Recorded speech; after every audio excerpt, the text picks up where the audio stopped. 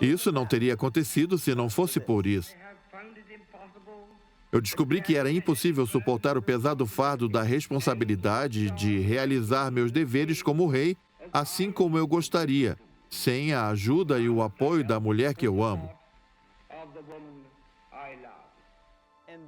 E isso não teria acontecido sem que antes algo tivesse acontecido aqui, a meio mundo de distância em Baltimore, Maryland. Duas grandes histórias de amor da realeza unidas por um fragmento quase esquecido da história. O problema, em 1936, quando o rei quis se casar com a senhora Simpson, era o fato de que ele era líder da igreja anglicana, que não admite o recasamento de pessoas divorciadas.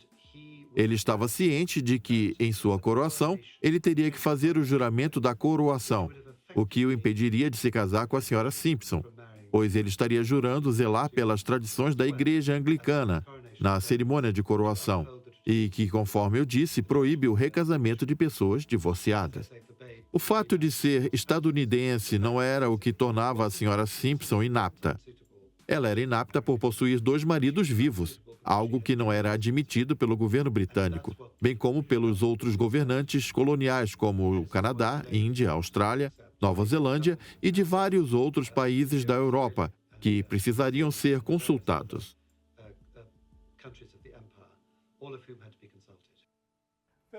Nós estamos bem próximos da residência de Wallace Warfield, onde você erigiu esse maravilhoso museu em sua homenagem.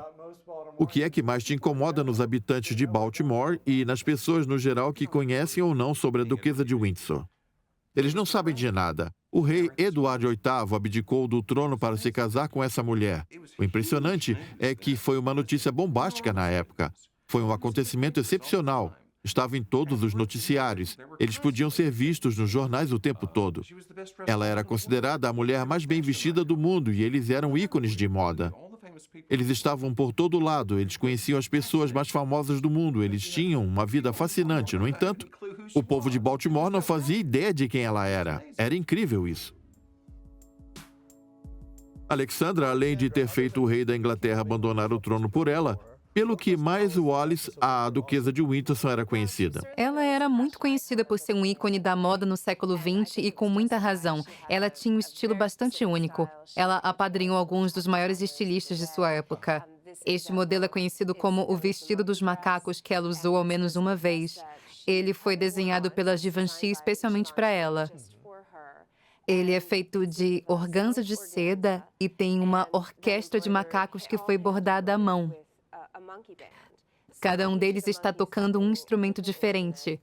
É uma paródia das orquestras de macacos de porcelana da Alemanha que o Duque possuía ou que ela viu em alguma residência que visitou.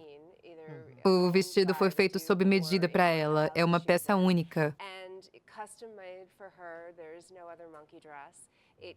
Ele chegou até nós por meio de parentes e amigos dela que moram nos arredores de Baltimore e que o doaram para o museu.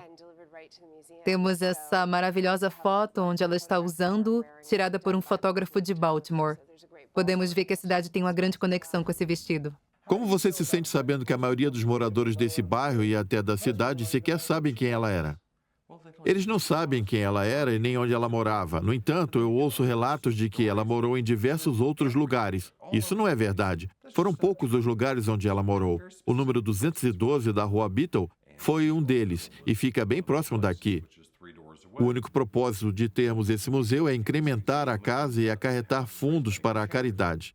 Eu diria que a maioria das pessoas que vivem nessa rua, com exceção daqueles que alugam casas por aqui, sabem que ela morava aqui e que sabem tudo sobre ela.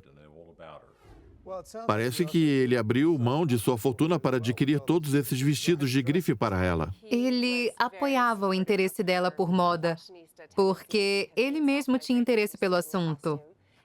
Eu acredito que eles propositalmente escolhiam trajes que combinassem um com o outro sempre que realizavam aparições públicas. É possível ver isso nas fotos. Ele tinha o mesmo zelo que ela quanto à vestimenta. Na nossa coleção temos modelo de Christian Dior feitos exclusivamente para ela. Estamos falando de alta costura. Ela recebia amostras e escolhia o vestido exatamente como ela queria que fosse feito. Deve ser maravilhoso vestir somente roupas feitas sob medida a vida toda. Eu estou me sentindo defasado. Ela tinha baixa estatura. Veja a cintura dela, deve ter uns 60 centímetros. 64 centímetros aproximadamente, está muito abaixo da média atual. Ela levava as dietas a sério. Para comprar esses vestidos, ela economizava no mercado. Esse vestido ela usava em coquetéis ou em festas? Provavelmente em eventos formais. Esse é um vestido razoavelmente formal que ela usou, junto com um enorme colar de água marinha. É uma peça formal. Este aqui foi feito por Christian Dior e é um exemplo do que ela costumava usar no dia a dia, e mesmo assim foi feito exclusivamente para ela nos mínimos detalhes.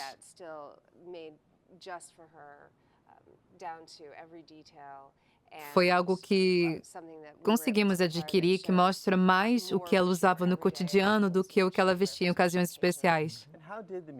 Como o museu conseguiu essas peças? Essa peça foi entregue a nós por um amigo. Alguém que não tinha muita ligação conosco na década de 60, porém as outras peças da coleção foram doadas a nós por uma fundação quando a Sotheby's vendeu os itens.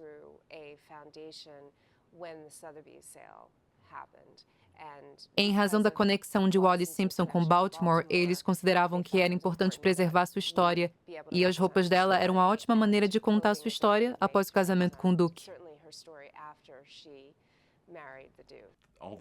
Toda a atenção que recebemos após o discurso do rei com o casamento real colocou-a de volta nos holofotes. Ela esteve em evidência quando, após sua morte, suas joias foram vendidas por 50 milhões de dólares em Sotheby's, em Genebra, e também no outono passado na Sotheby's de Londres. Quem havia comprado aquelas joias 25 anos atrás arrecadou uma quantia recorde com elas.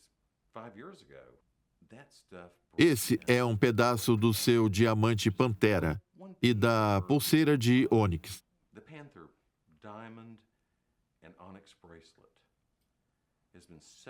Todas elas arrecadaram mais de 7 milhões de dólares. Vocês fazem exibições ou amostras sobre ela? Nós realizamos sim amostras sobre ela com suas vestimentas e itens emprestados de outras coleções. É uma amostra enorme. Fizemos uma exibição em parceria com um escritor inglês que escreveu um livro sobre ela e nós apresentamos as roupas para que o público pudesse ver. Todo tipo de insulto foi associado ao nome dela, incluindo o sentimento geral de que a população inglesa tinha em 1936, talvez ainda nos dias de hoje, que ela era uma meretriz, uma mulher da vida, ou seja lá como costumavam dizer. Isso era uma mentira deslavada. Ela e a senhora Merriman, sua tia, ficaram muito magoadas com a maneira que estavam injuriando sua família naquela época, pois os Harefield possuem ancestralidade inglesa, descendendo dos Harefield de Berkshire, que viviam próximos a Windsor, sendo uma das famílias mais antigas da nação, além de terem participado da formação do Império. A sua genealogia remonta aos fundadores da Ordem da Gerreteira ao Conde Devon, a Eduardo I, aos Plantageneta e muito mais. Eduardo VIII também é um descendente deles. Mas é interessante notar como ela possui ligações com a família Wilde, entre outras. Muitas pessoas possuem essas ligações. Ela era uma delas. É curioso saber que ela é uma descendente do segundo conde de Dublin. Sem dúvidas, ela é uma Warfield do clã Warfield em Baltimore. No entanto, quando seu pai faleceu, suas condições financeiras foram drasticamente afetadas. Acredito que ela tenha ressentido isso e buscado mudar essa realidade. Observando quem era a senhora Simpson como pessoa quando ela se juntou à família real casando-se com o duque, Astor Forbes considerava que sua ancestralidade era mais nobre do que a da duquesa de Kent ou da duquesa de Gloucester, duas duquesas que se juntaram à família real nas décadas de 60 e 70 pelo casamento. Provavelmente sua nobreza era maior do que a dos Jerome, que deram origem a Lady Randolph Churchill, os Kelly, que deram origem à princesa Grace de Mônaco, e os Bouvier, que vieram de origem de Jack Kennedy. É possível dizer que os Harefield era uma família bem mais respeitada que essas três, o que não significa que elas não eram respeitadas. Porém, a família dela era mais nobre. O Monte Vernon é a região mais ilustre de Baltimore. É um lugar com hotéis maravilhosos, casas exuberantes. Em 1914, o local era repleto de anfiteatros e belas residências. Na região norte do bairro, havia uma estação de trem e, na região sul, belas praças e a coluna de Washington. Seus arredores foram projetados por Robert Mills. As figuras mais ilustres da cidade moravam lá.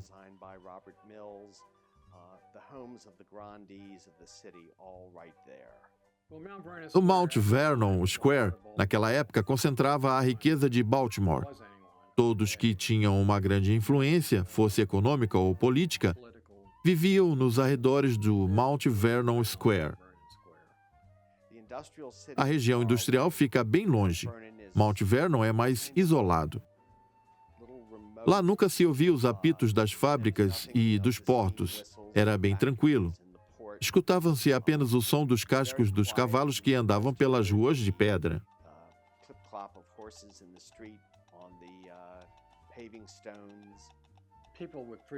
Pessoas notáveis, como o presidente Wilson, Ted Roosevelt, William Howard, Taft, H.L. Mencken, William Jennings, Bryan, Elihu Holt, as famílias Garrett, Hutton, todas aquelas figuras relevantes da época costumavam frequentar o Mount Vernon Square e participar de eventos em algumas residências privadas. Como pode-se ver, eram pessoas extremamente notáveis para aquela época e até os dias de hoje.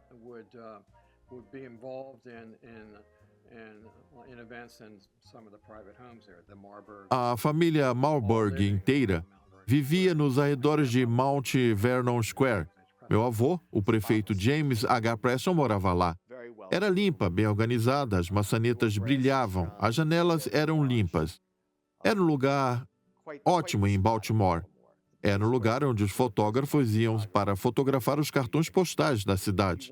Se você fosse uma viúva e estivesse à procura de uma casa pequena, ou não tivesse condições financeiras para comprar uma casa de 4 andares, a região tinha casas menores e mais acessíveis. Eram casas bem apropriadas. Em 1914, os apartamentos estavam em alta, talvez por influência dos franceses. Os empreiteiros e arquitetos os ofereciam com a proposta de se ter um apartamento de 8 cômodos para o inverno, que você poderia apenas cobrir os móveis, trancar, ir para a sua casa de verão e depois voltar com tranquilidade assim que o tempo voltasse a esfriar em setembro. Essa era uma prática bem comum e podemos dizer que também é utilizada nos dias de hoje. As pessoas mais abastadas tinham casas em Mount Vernon Square, fossem próximas ao monumento, na rua Charles, ou em algum lugar próximo. A família Garrett, a família Hutton, meu avô, o prefeito Preston, creio que nenhum ex-presidente tenha morado lá. Porém, muitas pessoas ricas viviam na região, mais do que em qualquer outra região de Baltimore.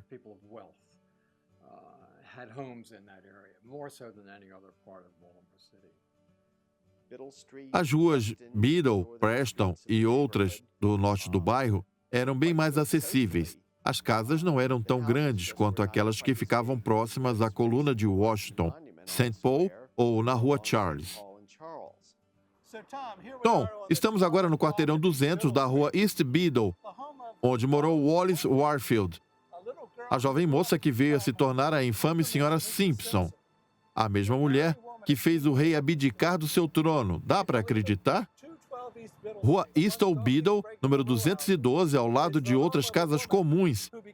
Está o lar da mulher que se tornou duquesa de Windsor, que derrubou um rei. É algo bastante banal. Apenas uma porta comum, sem nenhuma placa histórica para marcar o lugar onde ela nasceu e cresceu. Precisamente, o apartamento já foi renovado diversas vezes. Ela acabou de ser renovado recentemente. Quer dar uma olhada? Claro, vamos lá. O lugar está totalmente vazio. É por conta das várias renovações, mas durante a crise da abdicação de 1936, os proprietários abriram a casa para visitações. Eles até deixavam os visitantes entrarem na banheira para tirarem fotos. O banho está pronto, Sua Majestade. Wallace veio a Oldfields com seu tio, que a matriculou nesta escola. Acredito que o desejo dele era que ela tivesse um lugar onde cuidassem dela, que tivesse um ar familiar e aconchegante e que ensinasse a ela boas maneiras e etiqueta, ao mesmo tempo que também queria que ela frequentasse as aulas de alemão e de ciências que a escola oferecia. Ele queria um lugar que cuidasse bem dela.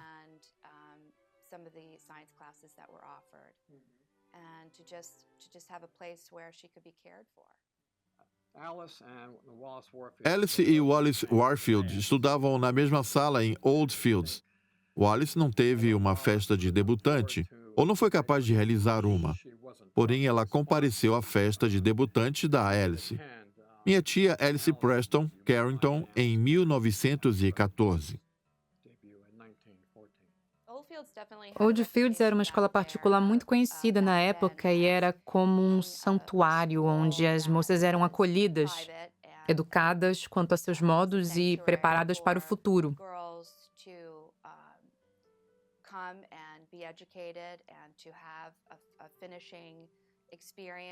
Naquela época não havia diplomas, você era matriculada, assistia às aulas e aprendia sobre disciplina e outras questões financeiras. Naquele tempo éramos uma escola preparatória.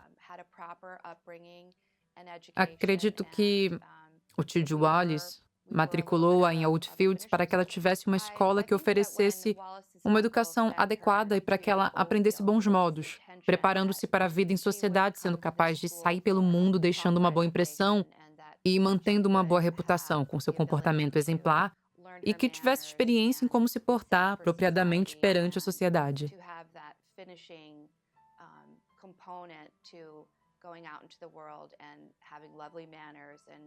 Have that polished reputation and experience of how to behave properly in society.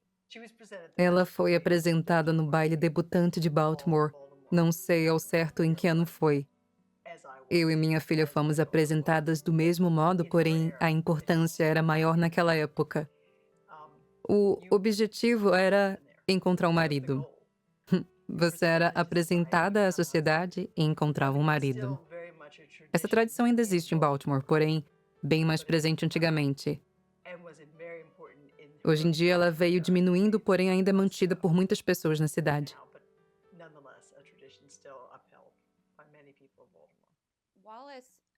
Creio que nos dias de hoje, a Wallace seria considerada uma garota malvada. Ela era travessa e gostava de causar intriga entre suas amigas. Ela era como aquelas garotas que ficavam ao lado da saída de incêndio fumando cigarro por horas, ou aquelas que iam aos bailes para tentar roubar os namorados de suas amigas.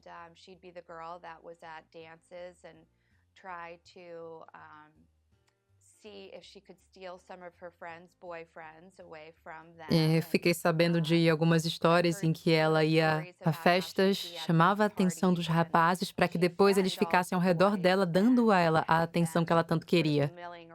Alguns deles deixavam seus namorados sozinhos, isso tirava os rapazes de perto das suas amigas.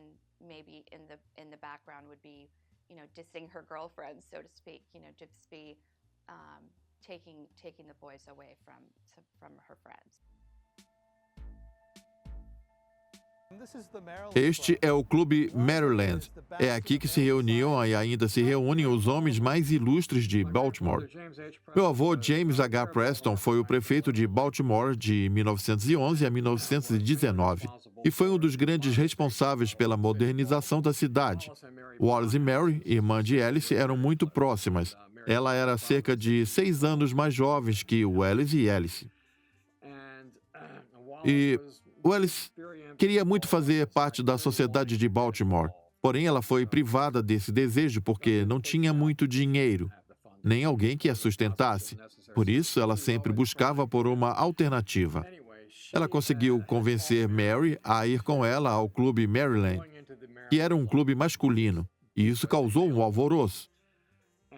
Essa foi uma gafe enorme na sociedade de Baltimore, porém, elas haviam planejado tudo isso por semanas. Quem me contou essa história foi a minha tia Alice. Wallace Warfield Simpson se meteu em muitos problemas por aqui, em se vestir como um homem. Por que ela se vestiu como homem? Pois somente homens eram permitidos para entrar e ela precisava se disfarçar de homem. Ela apenas queria entrar no local? Exatamente, ela conseguiu convencer a filha do prefeito a ir com ela. As duas foram pegas e colocadas para fora. Eu não sei por que Mary concordou com esse plano. Certamente não foi por vontade própria. Wallace deve ter convencido ela de alguma forma. Eu não sei qual era o contexto, mas eu sei que elas estavam lá e entraram lá. Primeiro, elas foram até a porta do clube e deram um jeito de passar pelo porteiro. A propósito, isso foi parar nos jornais da época. Elas foram para os fundos do clube, pois era onde ficava o bar do Clube Maryland. Quando elas chegaram nos fundos, elas conseguiram se camuflar melhor por conta do escuro, e foram servidas como homens no bar. Pouco depois, o barman descobriu o disfarce e as colocou para fora.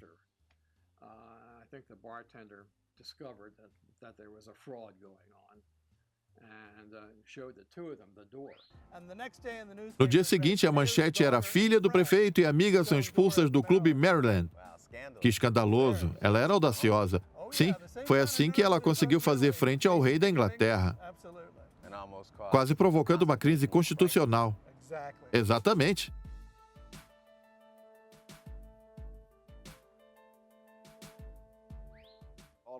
Baltimore é uma cidade que admira linhagens e, no início do século XX, as colunas sociais do The Sun e The Old News e também do American eram tão lidas quanto as colunas de notícias também eram lidas naquela época.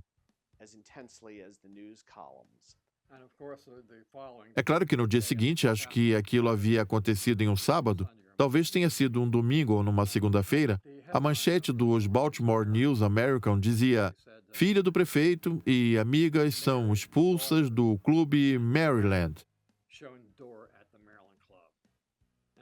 Obviamente, aquilo foi uma vergonha enorme para a família. Até mesmo pessoas que não se interessavam pela parte social liam o que essa ou aquela senhora estava fazendo. Quem foi visto tomando chá, quem foi para o Bar Harbor, quem foi para a Flórida. Esses assuntos eram muito procurados nos jornais em Baltimore. Em Maryland, você precisa ser cauteloso sobre o que diz de alguém, pois há muitas chances de você ter um parentesco com essa pessoa.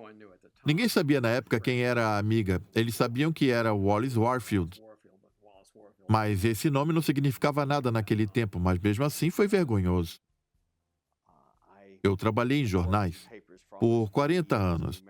E me lembro que os grandes editores da sociedade da época, e até meus próprios pais, liam as colunas sociais. Nós as respeitávamos, mesmo se você não fosse da alta classe. Você sabia quem era quem e não se aproximava dessas pessoas.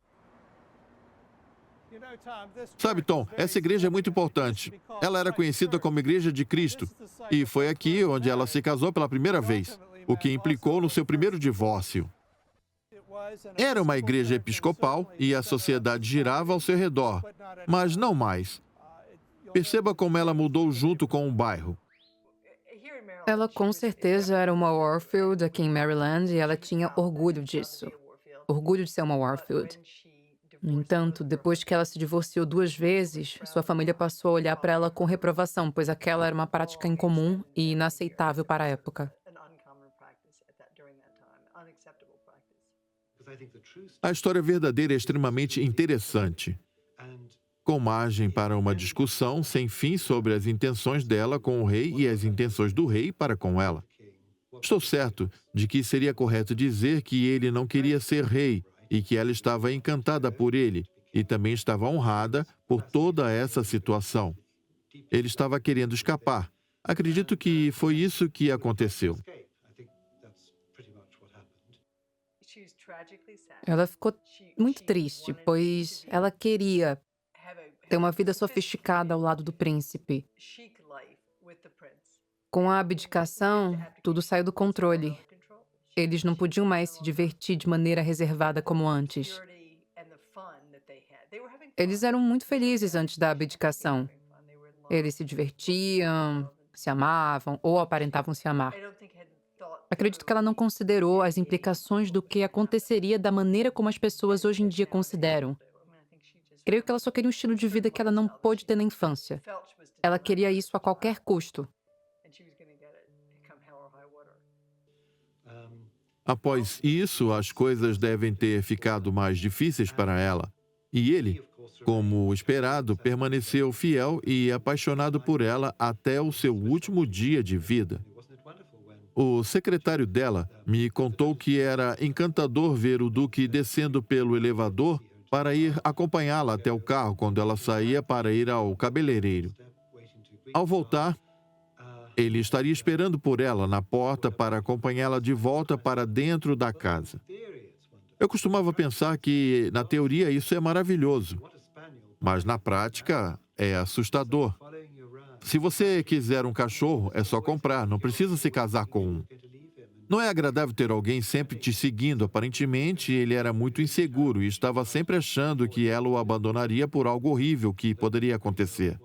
Desse ponto de vista, teria sido horrível se ela tivesse falecido antes dele. Wallace seguiu uma certa tradição de conseguir um ótimo casamento.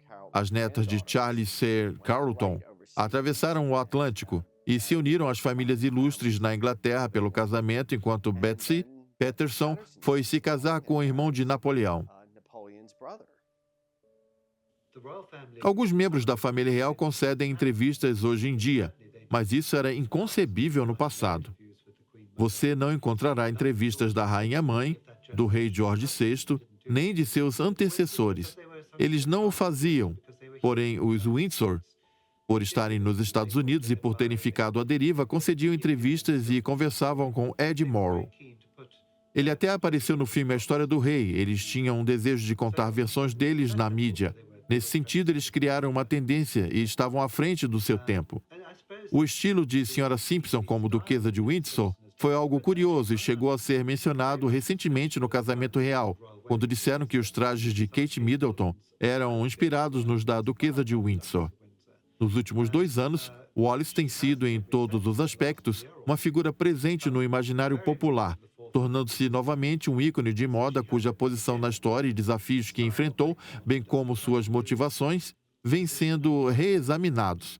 No geral, acho que ela está se saindo muito melhor agora do que anteriormente.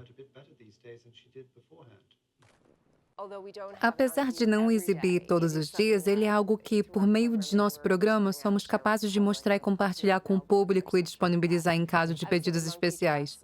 Eu diria que o vestido dos macacos, junto com algumas outras peças da coleção, são os itens mais requisitados. No ano passado, eu coloquei o vestido dos macacos em exibição 10 vezes. É um item bem popular e bem icônico da coleção. Qual a sua explicação? Por que macacos?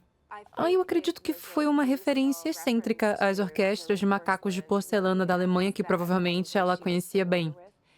É algo que a deixaria em destaque. É algo que chama muita atenção. Estou certa de que sempre que ela o vestia, ela sempre ouvia: por que os macacos? O que os macacos significam? Ela realmente sabia como chamar a atenção usando suas roupas. Ele era considerado uma peça divertida e bem-humorada. No século XX, era comum orquestras de sapos e outros animais, mas nos séculos XVIII e XIX haviam apenas macacos e cada macaco tocava um instrumento diferente. Cada macaco no vestido está segurando um instrumento diferente. Tem um com um instrumento de sopro, outro com castanholas, Outro com um tambor. outro com um tambor. Cada macaco tem uma expressão diferente dos outros. E o que eu mais admiro no senso de estilo da duquesa é que esse é um estilo bem clássico no que diz respeito à costura. No caimento justo que ele tem, porém os vestidos dela sempre tinham algo de incomum. Quanto mais você observar as roupas dela, mais você verá como os contornos são modernos, como a costura é meticulosa, como os tecidos são elegantes e simples. Havia sempre um toque que os tornava memoráveis.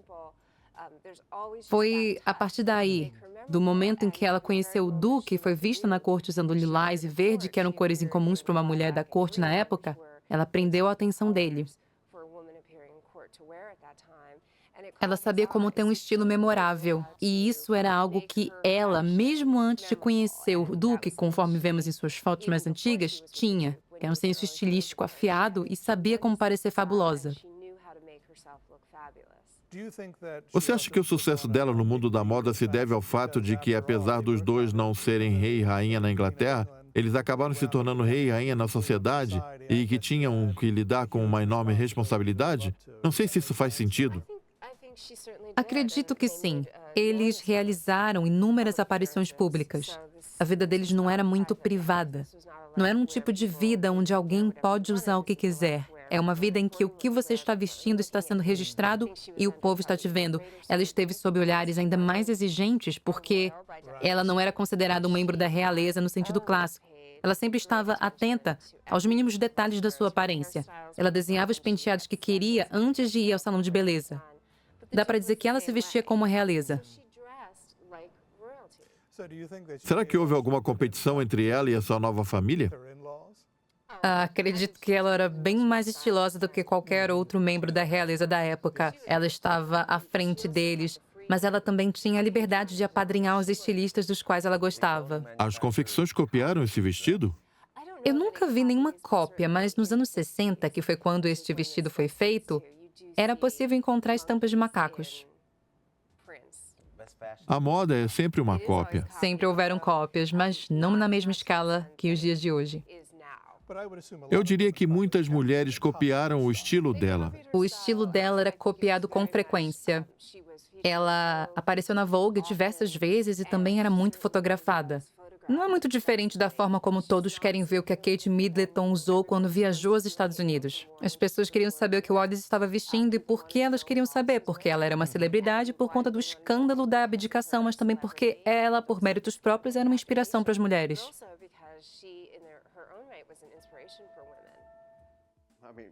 Minha tia Cora sempre usava o esmalte Windsor, que foi nomeado em homenagem à Duquesa de Windsor. É um lindo tom de rosa pálido. Quando elas aprovavam um produto, todos ficavam interessados por ele. A senhora Simpson era divertida, sagaz e bem-humorada. A Lady Diana Cooper dizia que a sala ficava mais interessante quando ela chegava, pois ela estimulava as pessoas. Ela tinha um senso de humor natural. Ela sempre sabia o que dizer para deixar uma história mais interessante. A sua frase "magreza e riqueza nunca são demais" é bem famosa. Eu adoro uma história em que ela contou quando já era velha sobre como estava planejando um jantar em Paris e disse: "As pessoas me dizem que eu preciso ver meus velhos amigos. Para vê-los, eu preciso desenterrá-los."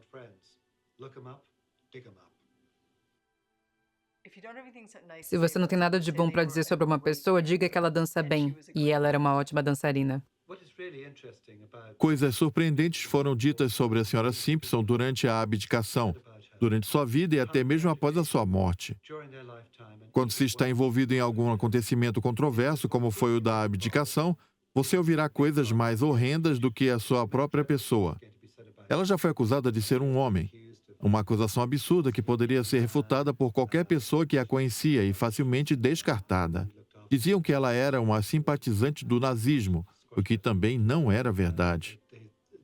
Diziam que ela era amante de Ribbentrop e de muitos outros homens, mas uma bobagem isso. Não há nada do qual não acusaram a Duquesa de Windsor para tentar descredenciá-la. Muitas pessoas fizeram isso à época para tentar sujar o nome dela. Até mesmo funcionários públicos muito respeitados a serviço do Reino Unido estavam inventando essas histórias. Havia boatos de um dossiê chinês dizendo que ela havia aprendido práticas sexuais absurdas para capturar o rei em Xangai, quando eles estivessem lá e assim por diante. Não existe uma migalha de evidência para embasar nenhuma dessas acusações. Porém, elas ficaram impregnadas no nome de Wallace, feito lama. Ela era uma pessoa envolvida em uma grande crise. É fácil sujar alguém que esteja envolvido em uma controvérsia do que como uma abdicação. É uma pena. Esse é um sinal que mostra que as pessoas que se interessavam por figuras como a Duquesa de Windsor, no geral, gostam de podridão. Parece que elas não se importam se algo é verdade ou não. Elas querem uma boa história. E isso é uma verdadeira lástima. E, Scott, uma das coisas mais curiosas que ninguém imaginaria dentre todos esses souvenirs de coroação, livros escritos sobre ela e recortes de jornais, é este CD, contendo o arquivo do FBI sobre a duquesa e o duque. Oh, meu Deus, que incrível! Se você ver o conteúdo dele, você verá acusações dizendo que eles seriam simpatizantes do nazismo. Aqui também há 4 cartas destinadas a J. Edgar Hoover. Elas foram escritas à mão. 2 delas são anônimas e 2 possuem o endereço do remetente. O que nunca é dito sobre essas cartas é que elas parecem ter sido escritas por alguém neurótico e possuem diversos erros gramaticais. Elas claramente foram escritas por algum idiota que estava acusando-os de serem espiões nazistas, dizendo que J. Edgar Hoover, que eles deveriam ser presos. Eu me pergunto se eles não mantinham essas cartas em um arquivo para proteger o duque e a duquesa de Windsor, caso algo acontecesse e eles visitassem o país. J. Edgar Hoover respondeu a 2 cartas que continham endereço, dizendo, em suma, obrigado pela carta. Nada aconteceu após isso. A única coisa além disso contida nos arquivos é o fato de que, durante a Segunda Guerra Mundial, época em que o rei Eduardo VIII se tornou duque de Windsor e seu irmão George VI o enviou para as Bahamas. Como governador-geral, e o FBI ofereceu a ele uma viagem para o Quântico.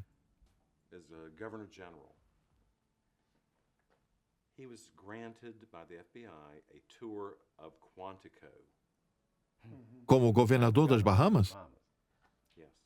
Sim, foi supervisionado pelo FBI e pelo Serviço Secreto. Como você conseguiu tudo isso? Esses jornais são raros, são itens autênticos daquela época. Alguns deles eu adquiri em leilões, outros vieram de doações, são uma ótima leitura. Eles contam coisas interessantes daquela época. Esse aqui diz que o rei está determinado a se casar com Wally. O rei está determinado a se casar com Wally, e ele se casou.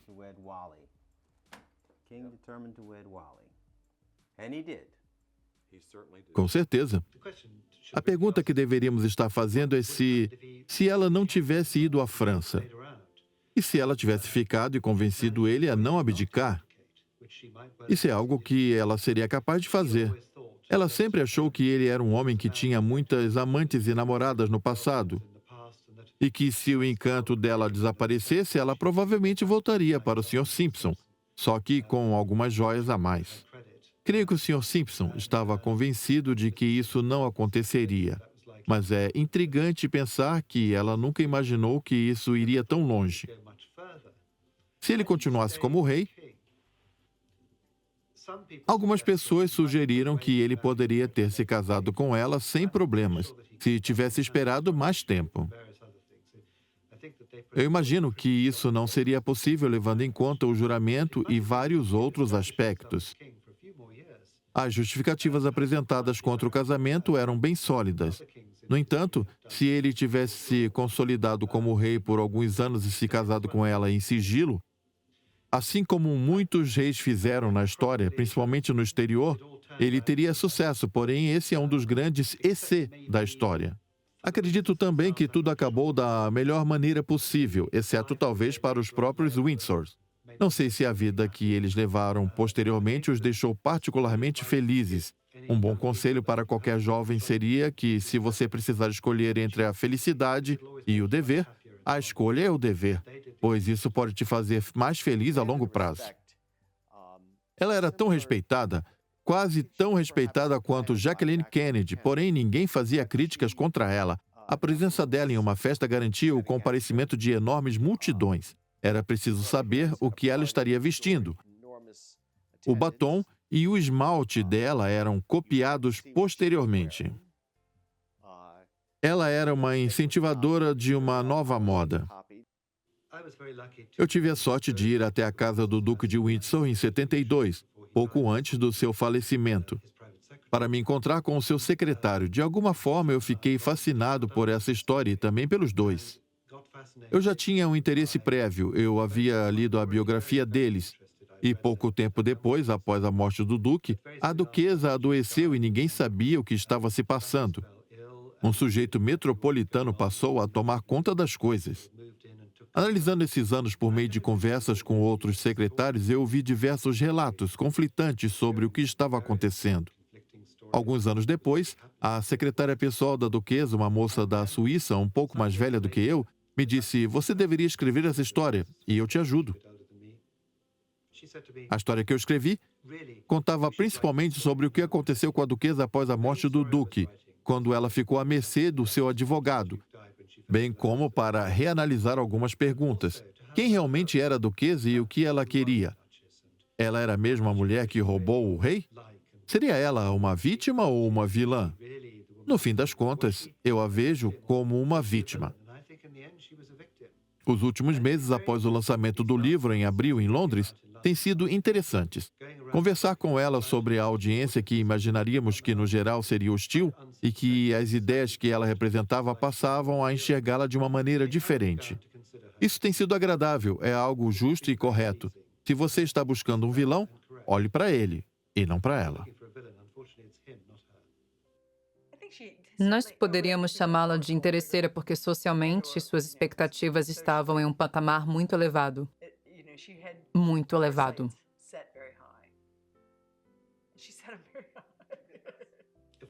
É claro que os reis e as rainhas da Inglaterra são tradicionalmente enterrados na abadia de Westminster e em locais parecidos. Desde que George III construiu a cripta real na capela de St. George, em Windsor, o local tem sido, de longe, o lugar onde mais reis e rainhas estão enterrados. Há 11 reis na capela de St. George, incluindo o rei George V, de Hanover, sobrinho da rainha Vitória. A própria rainha Vitória construiu um mausoléu em Frogmore, que fica nos arredores do castelo como se fosse um parque.